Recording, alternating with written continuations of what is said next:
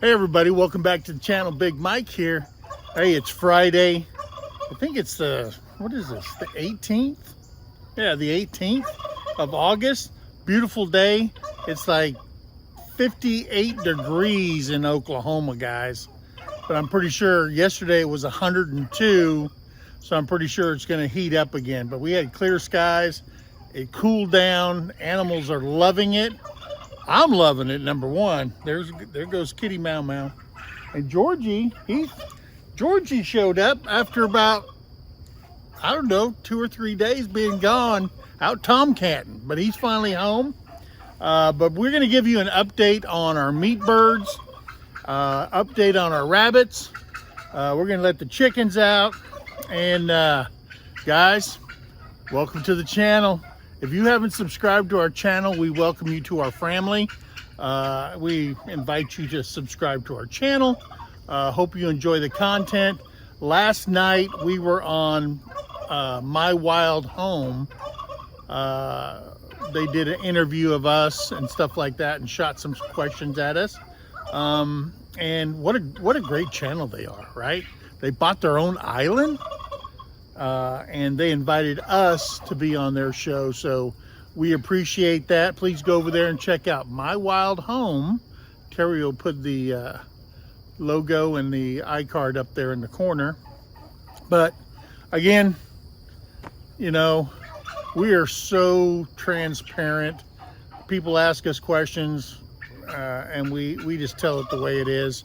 And we invite anybody, if you have questions about us, what we're doing, anything like they did last night, we will give you the most honest answer we can. So we don't hold back, and everybody knows this by now. One thing that we did do,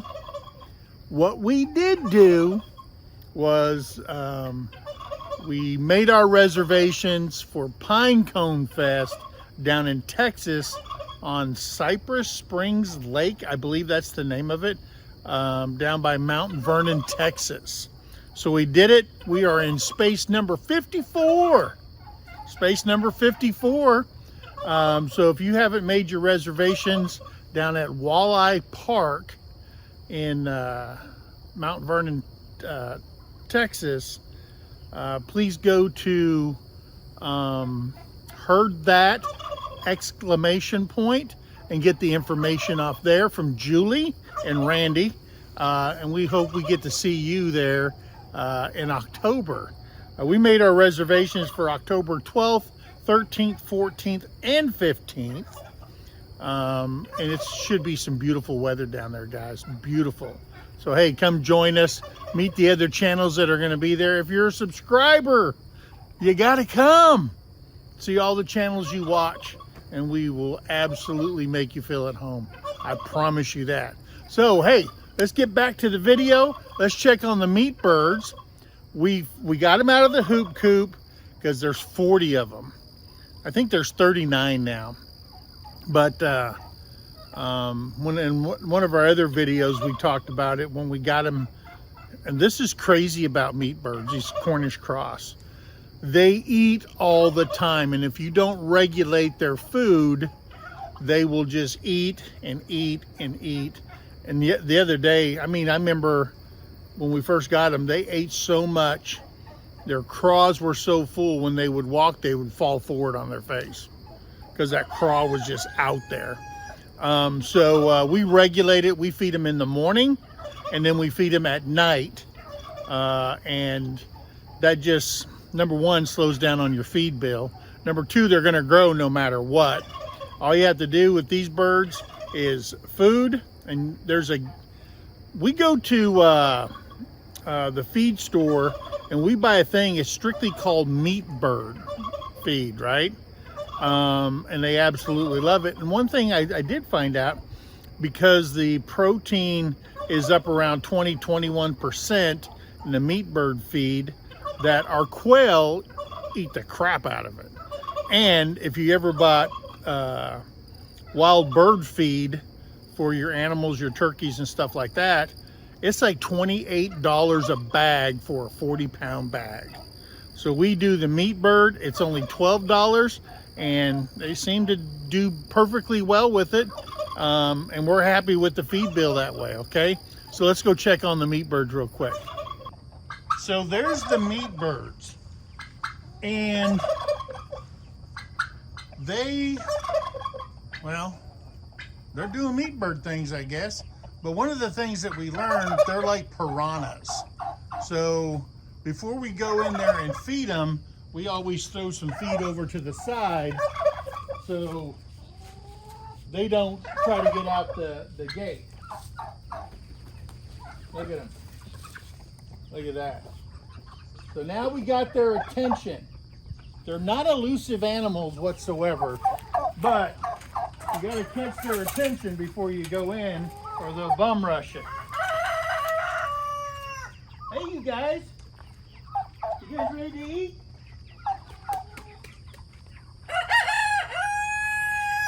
Hey, y'all want to get out of there? Y'all want to get out of there? All right. There you go.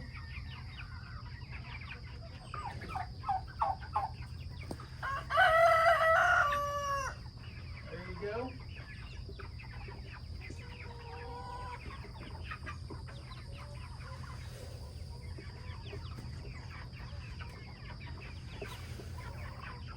There you go.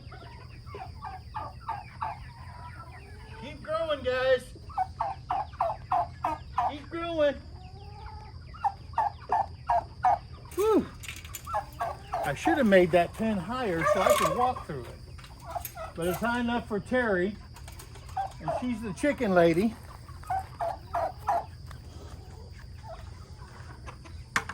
So one thing you got to know about meat birds is they love to eat. You have to have lots of water.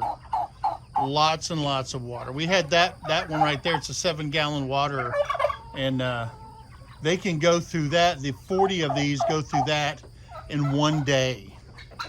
So when we moved them into here from the hoop coop, we left the turkey water that we use, and the turkeys, they like to cool their feet off. They cool themselves. They'll step in water and put the mud and the poop and all that stuff in there. So you got to change that every day. They cool themselves off that way. But if you look at the meat birds, you can tell which ones are roosters and which ones are hens, because the males grow a lot faster. And that is the only time when you order birds that you want your majority of them to be males. Because like I said in one video before, our males last year averaged about 10 pounds.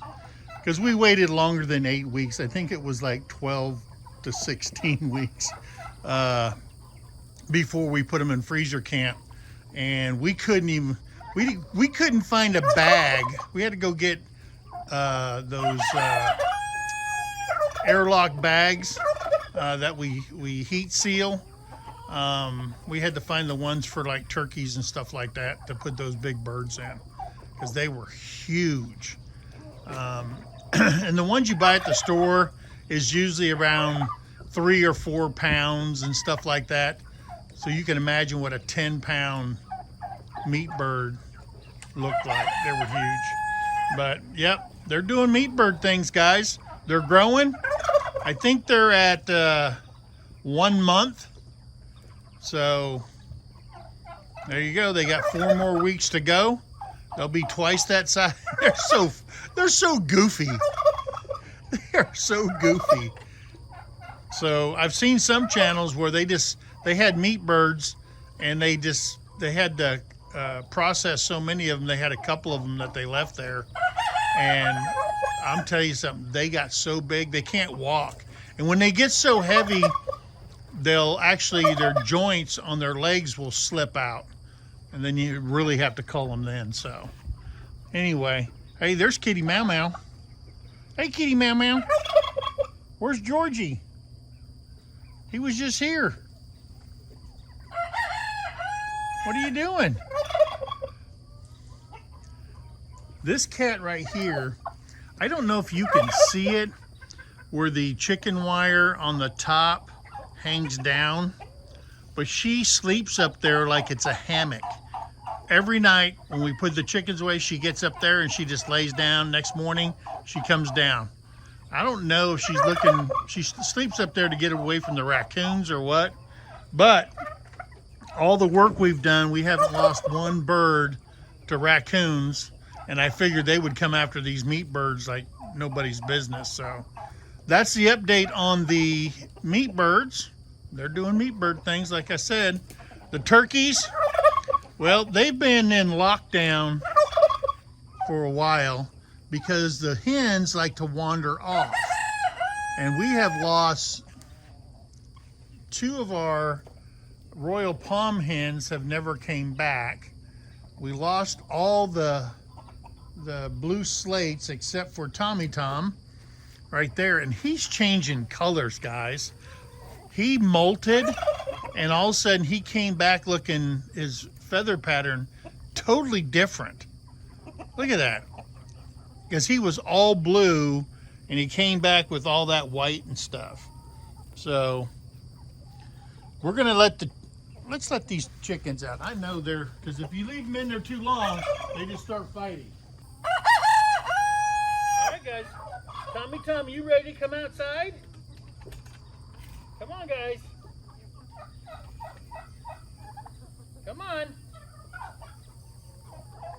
You gonna watch out for everybody, Tommy? All right. Go out there and do good things, guys. All right, so there's the rabbits. Hey, pipe down. You guys pipe down over there. There's the rabbits. There's Rachel right there. She's in her pen doing rabbit things. I got to feed them and water them. They're loving this stuff right here called ragweed. That stuff right there, they just absolutely, I mean, it's like crack. They love it. So I give as much as I can to them, and they eat it. We also give them Timothy hay. And we give them pellets to keep them up. They're absolutely loving it out here. Outside that shop, it's a lot cooler, even when it's 100 degrees outside. But that's the rabbit hutch I built, guys. I got to still paint it. I've been slothful on that. So we're going to paint that. There's Olaf. He's in the second one right there. Okay. Oh, somebody's peeing. And there is the rabbit with no name. He's our black one. That's Rachel's son. And I told David he could have him. He's a Flemish giant and a Texas, some kind of Texas A&M Rex or something like that. A mix, she is. And then here is the other, Rachel's other bunny. And he looks just like his dad, Elvis. Oh, sorry about that. Is that your morning pee? There you go. So they're doing rabbit things. They're living in their new digs. I'm pretty proud of it. It's heavy duty. I mean, it's heavy duty. We haven't given it a name yet. So if you're out there in YouTube land and you want to tell us, hey, name your rabbit hutch, whatever, the rabbit hutch or the whatever, I don't know what you would name it, but that's it. We got to still paint it to make it all green, just for the weathering and stuff like that, but I think I did a good job. I'm not real happy about the latches, and I just had them, so I don't really like them. I like the ones where you can swing it and it just automatically locks. So we're going to change those out. We are going to, let me see if I can open this. I am going to build something so they can get off this wire, and it will probably be framed up above them, probably just above the feeders right there. That way they can go up there and they can, I don't know, get off this wire and stuff like that. But Rachel, she seems happy out here. Huh, Rachel? Yeah. So we're not really breeding her, not right now. So we've told a couple of people that if they wanted to get into rabbits and stuff like that, and then they really wanted like a meat, they wanted a meat rabbit. And I'll just tell you guys that the Flemish Giants just make an awesome meat rabbit because they get size on them, they get weight on them, and I just think that's the way to go, especially if you're just doing it for meat rabbits. Okay, guys, I'm glad you guys came along. I hope you enjoyed this update that we did. It's getting, well, the weather's starting to get hot, and let me get out of this shade thing right there. There you go, so you can see my beautiful face. But guys, thanks for coming along. Like I said, be kind to one another, help somebody in need, and always think of that. This vet's gonna get busy. I gotta feed some animals, get them fed and watered, and before this heat kicks in. So we love you, we love you, we love you. All right, guys, God bless you, and we'll see you on the next video. Bye, guys. Hey, kitty, what are you, get off my feet. She was using my, I keep saying she. It's actually a he, the orange cat. It's a he, but I keep saying she, and I don't know why I do that.